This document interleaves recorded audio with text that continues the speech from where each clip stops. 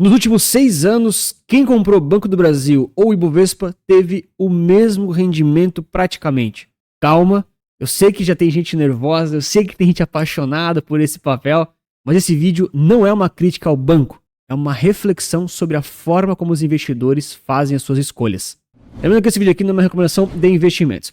O Banco do Brasil ele tem um exército de investidores. Acho que ele é um dos papéis aí com o maior número de acionistas, né? Tem aqui no site oficial deles do RI, atualizado bem recentemente, na faixa aqui de 1,5 milhão de acionistas, tá? Quando a gente considera basicamente aí números aqui de padeiro, tá bom? 6 milhões aí de CPFs da bolsa, mais ou menos.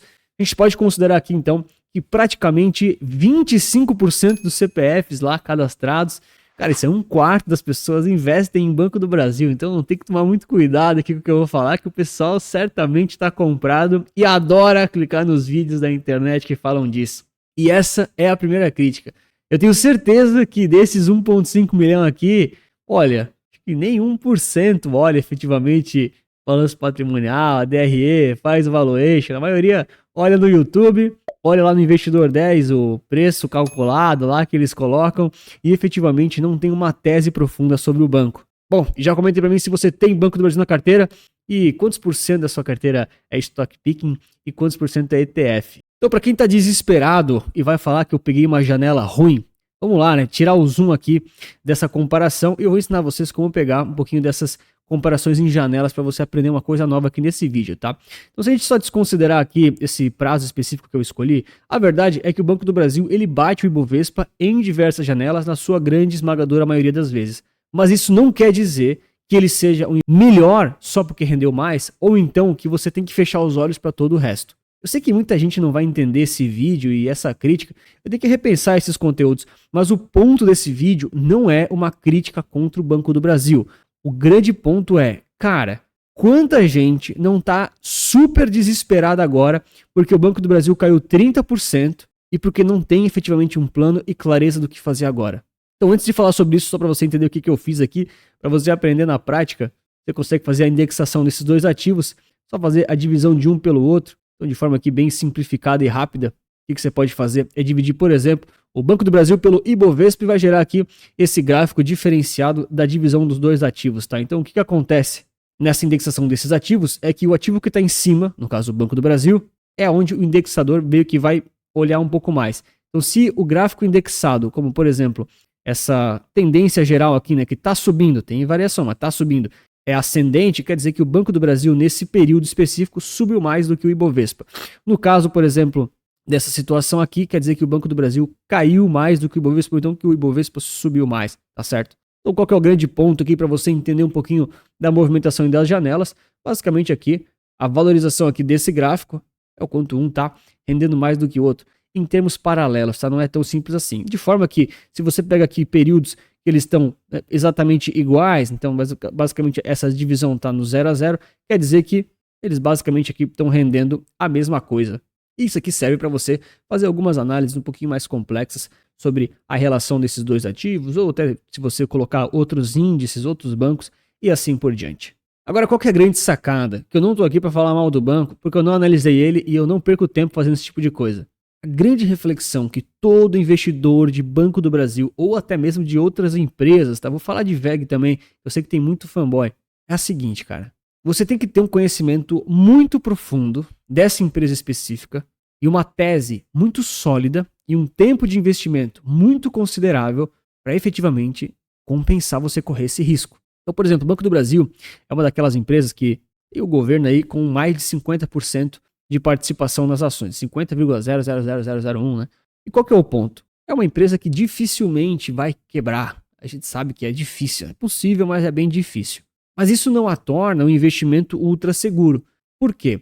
Porque por mais que ele tenha ali potencial de valorização, dividendos, que eu sei que tem muita gente que busca isso, assim, só por seguir, né, sem entender todo o contexto, você está exposto a muito mais risco por volatilidade. Então, por exemplo, nessa janela específica que eu peguei, quem investiu em BOV e quem investiu em BBAS teve praticamente aqui o mesmo retorno. Agora eu mexi um pouco aqui a janela, então, mas vamos considerar em termos arredondados que é praticamente a mesma coisa, tá? São 6 anos de investimento para empatarem. Só que nesses dois investimentos, para quem comprou naquele prazo, não fez DCA, não fez outros tipos de manobra na carteira, com toda certeza, o Ibovespa, que é tão mal falado e tão xingado por tanta gente nesse contexto aqui, ele foi melhor do que o Banco do Brasil. Incrível? Não é incrível. É porque nessa janela específica ele teve a mesma rentabilidade, mas ele teve menos volatilidade.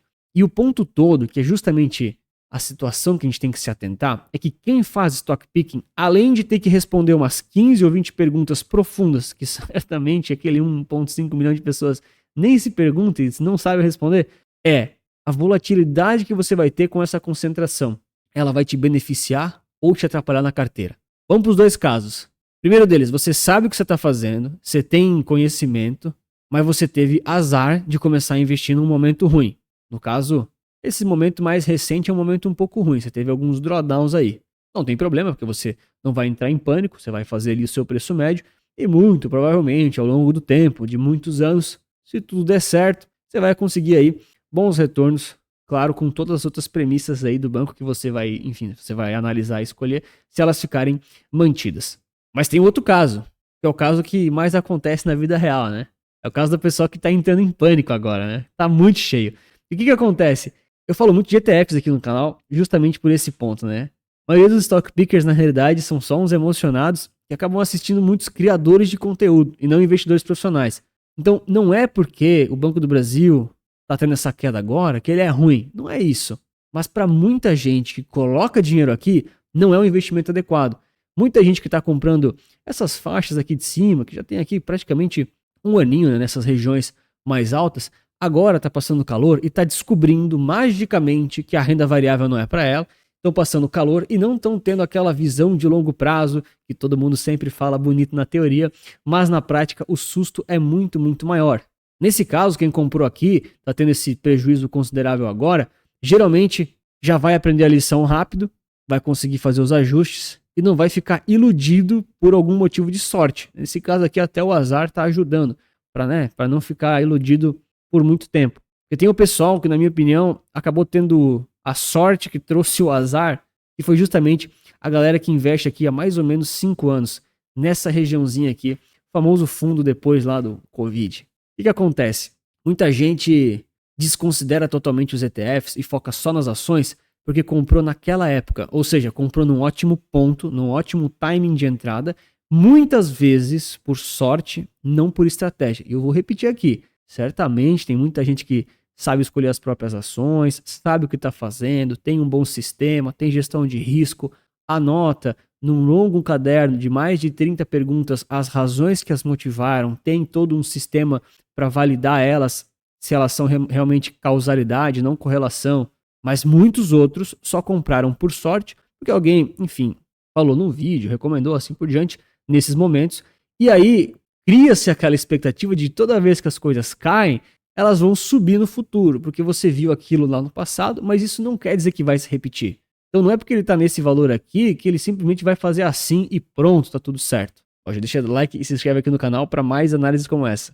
E o grande ponto que a gente vê cada vez mais acontecendo são as pessoas comprando ali as ações ou os investimentos por animação, sem entender dos riscos e principalmente fazendo um aporte único. E aí elas podem dar o azar de, claro, comprar num ponto tão ruim que depois de um tempo, um índice simples, amplo, tudo bem que é meio concentrado do Brasil, né? Mas é o índice mais famoso que tem aqui do Brasil, o Ibovespa, você teria ali justamente um retorno praticamente igual. E a grande verdade é que daquele 1,5 milhão de pessoas que compram o Banco do Brasil e tantas outras empresas, de duas uma, ou tem pouquíssimo capital investido, o que é irrelevante fazer stock picking, porque não vai te deixar rico, ou então coloca tanto, mas um percentual tão alto do patrimônio, que chega a ser arriscado demais. Então, por exemplo, se você tem 50% do seu patrimônio alocado em Banco do Brasil, com essa queda aqui dos 30% recente que teve, você está tendo aí um drawdown de 15% do patrimônio inteiro, porque uma ação caiu, sendo que o mercado inteiro continuou de lado, algumas subiram, algumas caíram, mas não teve crise generalizada, entende? O Ibovespa não caiu 20%,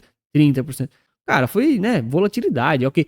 E não. Então, para quem tem muita exposição e não tem uma profundidade violenta em relação à tese, cara, você está cometendo o grave erro de concentrar em uma única empresa, um único setor, um único país, uma única moeda, uma única empresa, que não quer dizer que vai quebrar, mas vai trazer muita volatilidade para o seu patrimônio, para o seu portfólio.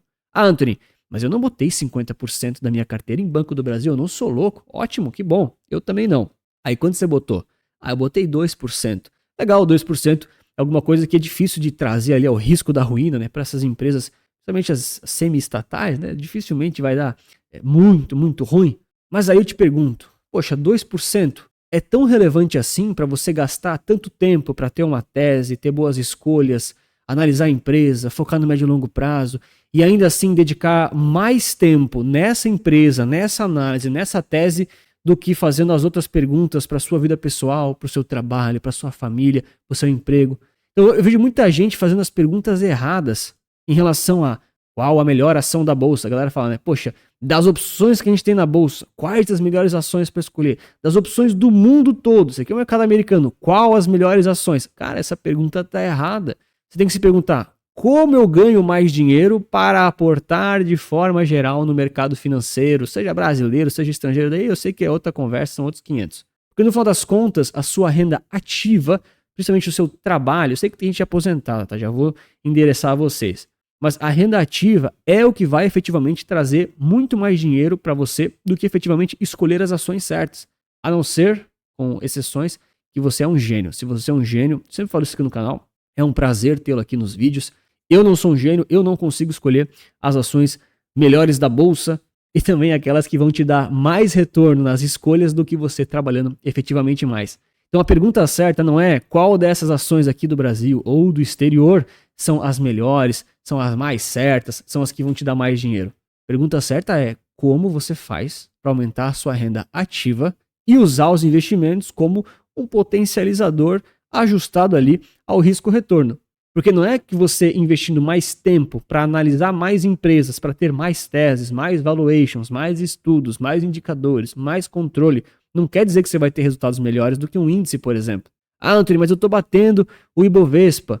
De novo, você comprou lá no 2020, lá no fundo do poço, você está batendo por sorte ou por estratégia? Ah, Antônio, eu estou batendo o Ibovespa já faz 10 anos, já passei por diferentes crises, já estou muito calejado, sei o que eu estou fazendo. Ótimo. Você com certeza é a exceção, mas com toda certeza esse 1,5 milhão de pessoas e uma série aí de audiências na internet não tem essa mesma expertise, esse mesmo tempo de tela que a gente fala e também não tem a mesma resiliência. Eu tenho certeza que o Banco do Brasil e tantas outras ações, eles têm esses comportamentos aqui e tiram uma sardinhada violenta do mercado justamente nesse momento que se chama de balança arrozeira, né? Quando ela dá uma caída, o pessoal tudo foge nos piores momentos.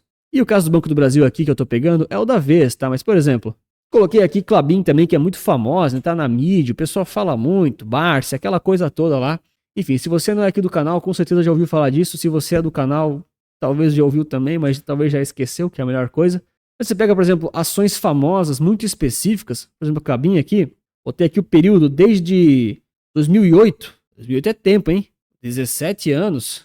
Descontando a inflação, a Klabin ainda está no 0 a 0, menos 4%. Ah, Anthony, não considera a inflação, vamos ver ali, rentabilidade geral. Ok, ela subiu alguma coisa, mas ela está de lado há muito tempo também, né? Desde 2015 aqui, de lado, 10 anos de lado. Ação famosa, que está nos vídeos, está na mídia. Atrai muito curioso para comprar isso aqui. Então, efetivamente, não quer dizer que você vai ter um resultado melhor só porque fez o estudo, fez o valuation, achou justificativas para comprar as ações da bolsa, os setores perenes. Não quer dizer. No final das contas, a história é sempre a mesma. Se você é um gênio e tem muita profundidade do que sabe que está fazendo, de escolher as ações certas, ou você tem que trabalhar numa gestora de recursos, ser gestor, ou numa tesouraria de banco, que daí efetivamente esses caras são muito bons, sem condição de competir, tá? Os caras têm muito mais informação, tecnologia, equipe. Agora, se você não é um gênio, que é o meu caso, por exemplo, você tem que adotar a clássica estratégia da diversificação para você poupar tempo, energia mental, estresse e conseguir focar naquilo que realmente importa. Uma abordagem diversificada é muito mais segura, muito mais inteligente, porque todo mundo lembra das ações que deram certo, mas todo mundo esquece daqueles 95% que deram errado, né, ou que perderam do índice. Então é muito mais fácil você adotar uma abordagem ampla e tranquila, que ela é muito mais realista para a sua rotina, para a sua realidade, às vezes para a sua própria capacidade intelectual. Por exemplo, tem muitos profissionais que são funcionários públicos, médicos, Ubers, advogados, são clientes meus, por exemplo, não quer dizer que eles são burros, mas eles têm qualidades na profissão deles que não vão conseguir manter a escolha ativa das melhores ações no médio e longo prazo. Não dá, cara. As pessoas têm qualidades e qualidades. E o ponto todo é, muita gente que entra por essas ações mais famosinhas descobre só depois de muito tempo que não tinha as qualidades e as habilidades necessárias, né? Ah, Anthony, mas eu posso desenvolver as habilidades. Claro, você pode desenvolver, tudo é possível. Mas será que vale a pena desenvolver isso?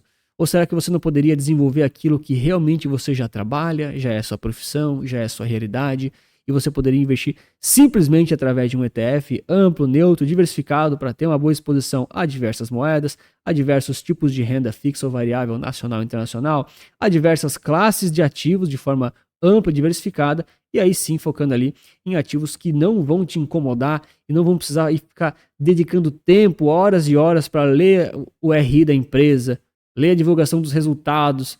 São 500 páginas de DRE, ouvir os áudios das reuniões. Quem já ouviu os áudios? Eu já ouvi áudio. A maior perda do tempo do mundo, né? Não vai te fazer tomar decisões melhores, a não ser que você tenha muita informação. Por isso eu acredito tanto assim em ETFs. Se você quiser saber um pouco mais como é que os ETFs funcionam para aprender a usar eles na prática, tem aqui o Capital Certo, super acessível, super barato para você ficar livre aí do stock picking para sempre. E eu sei que no fundo muita gente faz stock picking, tá?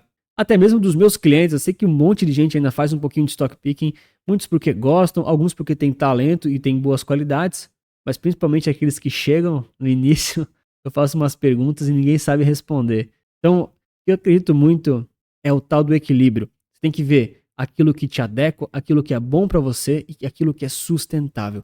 Se você acha que somente olhar os indicadores do Banco do Brasil ou das ações que você escolhe, que você gosta, né? Somente aqueles indicadores que estão lá no Investidor 10, que estão ali no Fundamentos, se você acha que isso é suficiente, lhe desejo boa sorte. Agora, se você faz um grande trabalho de uma grande complexidade para realmente atuar nas causas e não só nas correlações, aí, meu amigo, aí você deve ser muito diferenciado mesmo. Não sei nem se tem alguém desse nível assistindo aqui o canal. Então agora, no final do vídeo, que eu sei que todos os haters desesperados já pararam de assistir, eu imagino que o Banco do Brasil ele deve sim seguir em alta no médio e longo prazo por conta do contexto histórico, por conta do contexto do governo. É muito difícil uma empresa desse nível quebrar, mas ele pode também passar por momentos laterais, ele pode não performar como está fazendo hoje. E para mim, isso tudo é irrelevante, porque a grande sacada aqui é a questão da diversificação. Se você investe em uma única empresa, é uma única empresa, um único setor, um único país, um único risco ultra concentrado. Não é a forma como eu gosto, mas o legal do mercado é isso, né? O pessoal é livre para fazer o que quiser. Eu adoro, por exemplo, quando o pessoal concentra bastante. Eu sei que o mercado ele dá umas puxadas no tapete depois, né? Eu não preciso nem me preocupar. E aí você vai estar muito mais exposto àquele setor e muito mais exposto à volatilidade. Você sabe lidar com isso e coloca um percentual relevante no seu patrimônio porque você sabe fazer essas apostas bem feitas, ótimo. Se não, talvez você não deveria nem perder tempo para esse tipo de risco, se é um percentual tão baixo assim na sua carteira. Para você que quer saber como começar a investir através de ETFs, conhecer um pouco mais, vou deixar recomendado esse vídeo aqui. Um grande abraço, muita paz aí no seu coração e lembre-se que investir certo resulta capital.